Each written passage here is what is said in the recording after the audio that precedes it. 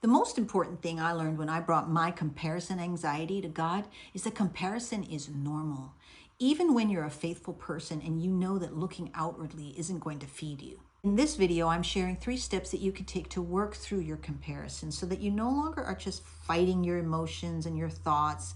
Instead, you're using your comparison experiences to either let them grow you into a new perspective, developing your balance, or anchor you more deeply into living your truth, which is kind of steadying your balance. What I've come to realize, comparison thoughts do not have to hurt us anymore if we're willing to keep growing through them. When you compare, you're doing the most natural thing. I mean, think of it. It's the way we're wired. It's just our human assessment tool. We're measuring who we are amongst others. We're measuring where we are in relation to others. Essentially, it's just an integral part, I think, of the balance journey that we're all living, where we're just always gauging. But comparing is just the first step in processing life experiences. And that's exactly where I found myself stuck when I first moved to the South many years ago as a young wife and mother, right into the heart of the Bible Belt. Suddenly, I was surrounded by a community of people who were wonderful, but they all had this very specific, uniform vocabulary for their faith. And that's always been something that kind of has hit me strongly when it comes to comparison. I've shared that in other videos. Well, they knew exactly what to say. They knew how to pray out loud and all of that, And because I didn't sound like them, they didn't notice that maybe, but I knew it. I started to question, do they know how to love God better than I do? You see, my story is that I had grown up with a vibrational background as part of my faith. And then I came to Jesus outside of organized religion. So I just didn't have that vocabulary. I didn't sound like them. So yeah, I compared. Not because I didn't trust my relationship with spirit, because I had really been developing that since like age 15. So it had been something I'd been working through and learning to trust on my own. But because I was just still very much in that heavy comparison mode, especially as a young person, measuring my experience against theirs and trying to see, how do I fit, right? And maybe for you, it's not about religious vocabulary or experience. Maybe you're dealing with a strongly opinionated coworker or a family member where they share their opinions and it's so absolute and polarizing. Or you can just be scrolling on social media, and that comparison flares up where you see everyone else's curated milestones. Oh, wow, they've just gotten engaged, or there's a promotion or a perfect vacation, right? These things can make you feel like you're falling behind somehow, even though you are happy for them. The pivot that made the difference for me, and it can make the difference for you too, is to just remember that we don't need to seek agreement. We need to pursue alignment. It's just going to help us deepen confidence in our own journey. At least that's what it did for me. And it's a pivot that we can easily make. And it starts with the simple fact that life, faith, politics, it's nuanced and it is personal.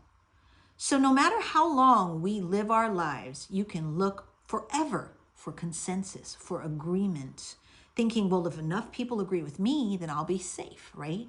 Or if I fit into this group's culture, then I'm worthy. And those things can only satisfy until we're like, no, I want more depth. I want more with my life. Our inner knowing reminds us that we're not here to just measure ourselves against one another. We're here to recognize things like comparison as just an opportunity for something more, and then to do something spiritual with that friction. That's the creative process. So let's take a look at how you can apply that with this 3-step mind, heart, and spirit practice. Step number 1 is notice. You got to notice first, okay, I'm comparing. And like I said in the beginning, if you can accept that comparison is normal, then instead of beating yourself up for comparing, you just notice this is normal. We measure ourselves all the time. Just simply notice that, because it's about awareness and acceptance. And then when you notice those comparisons, it should hit differently. Because as soon as you can say, I'm not beating myself up for it anymore, you no longer get that wobble in your gut, and you just don't start tensing up or feeling out of balance. You're just able to say, okay, I'm a little bit jealous right now, or whatever the feeling is, and you can let it kind of move through you and then let it go. There's no longer shame for jealous comparisons and beating yourself up internally for it.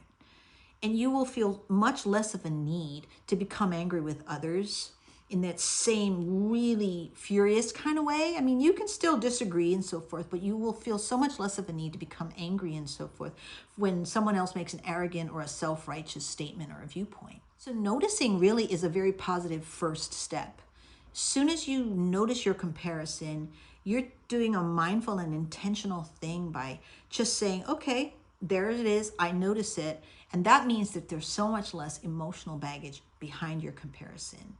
You're simply just seeing that gap, but you're not falling into it, right? You're no longer feeling tipped over by that reaction. Instead, you're simply acknowledging and noticing, okay, I see the gap, the separation in what I have and what they have, or what I believe and what they believe. And then you turn. And step 2 is turn. You're turning your attention away from the person you were comparing yourself to, or the viewpoint that doesn't fully sit right with you. You've acknowledged it, so therefore you can turn away. You have given it its space. It's just turning inward then towards spirit, because you want to have an openness in yourself to both releasing and receiving. So what does that mean? Well, you're pivoting. You're pivoting from seeking agreement out there to seeking alignment in here. And you release the need for them to validate you. And even though that sounds so self-evident, I'm telling you, you have to be choosing and conscious when you say, I release the need. You have to care more about your returning yourself to balance than you do about, yeah, but I don't agree, So you release the need for them to validate you, and you're opening yourself up to receiving. And what you're wanting to receive is the perspective that God gives you about your specific part. And let me give you a couple examples of what that could look like. So let's say your comparison is really about looking at someone who pushes their social or political ideology with absolute force, right? They kind of impose their whole energy into your own space. They dominate the room or your social media feed. So they feel so certain that they are right, that they don't care to be open or humble, and you're going to feel resentful. At least that's how I often have felt. But not because you don't have an opinion, right? You know exactly how you feel. In fact, your conviction is probably just as strong as theirs, but you choose not to weaponize it against others. The new perspective that you might gain is just realizing, they really are coming from this place of needing to conquer. It's important to them to force agreement, and I know I don't need to conquer to be back in my balance. So spirit might just nudge you to stay steady, hold your ground. Don't be a doormat for anyone else, but just trust that seeking personal balance is the work. So just return yourself here and start with that. It doesn't mean that you might not go outward. You might not have things to say, especially in relationships where you really feel like you need to clear the air so you can find reconnection. But you will do so from a place of not feeling like you got to fight back. You will do so from a place of feeling more centered, because God helped you to pivot that perspective. So in my case, as I kept turning to spirit again and again as I would deal with these comparison issues, the new perspective that I had to grow into was that God didn't make a mistake with me, and he also didn't make a mistake with them. I realized that I wasn't in charge of my history. God was. And he chose to introduce himself to me through vibrational teachings first. That was his design for my life. If I tried to force myself into someone else's packaging to just fit in, I was essentially telling God that his plan for me was wrong. And I felt very much that I could not do that. I felt that all of the things that I had gained in the understandings I'd learned with vibrational teachings were all from him anyway. And I needed to bring that into the mix, not remove them because somebody said, well, it doesn't fit into what we do here. So the balance for me came from realizing that I don't need to convince them that my path is valid. I just need to trust that God is big enough to nurture them with their vocabulary and their experience while he nurtures me with mine. So really in this step number 2 of turning to spirit, you're really just literally saying, I am willing. God, I release the pressure to match someone else's journey and what is true for me right now, right here. That's all I desire to understand. And this specific pivot from their noise or all the things that you feel you must live up to or measure against to your own signal, that's the exercise in developing your own balance.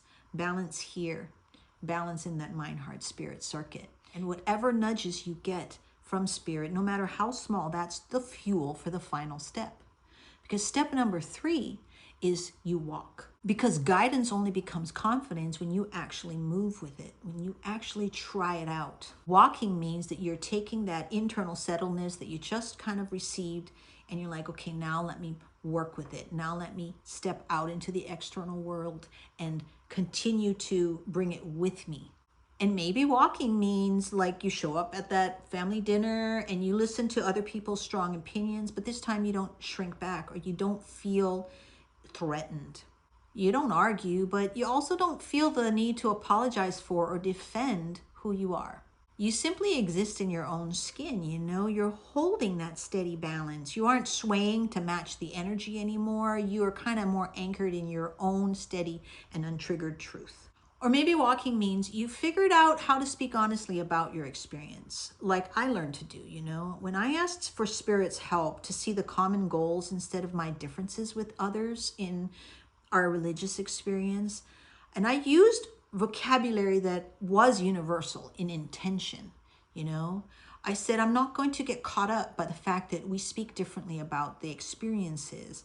There's got to be some commonality, and I try to just go as high as possible in the universal intention that I felt was behind each of our methods and each of our approaches. That allowed me to stand in my principles and truth, but also respect the journey of those around me. That walk continues to be a lifetime pursuit, and it will be for you too. But as long as you're willing to notice and then turn and continue to seek and pursue the guidance, you will continue to walk forward with more and more of that confidence. And then this is the full circle moment. You come back to God and you acknowledge, okay, God, thank you, because you've been helping me to develop this balance so that I can walk. I really feel more centered, more settled. I can walk through these moments with a more steady heart. It's not some crazy miracle, but it is a beautiful, quiet miracle.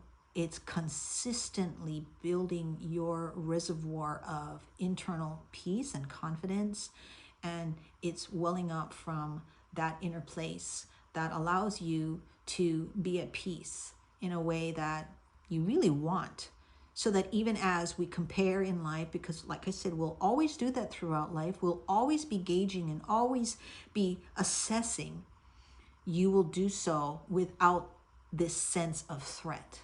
And when you feel comparison flare up again, let that anxiety just be the signal that it's time to come back to yourself, that it's the push that just reminds you to be more conscious about pursuing that internal validation.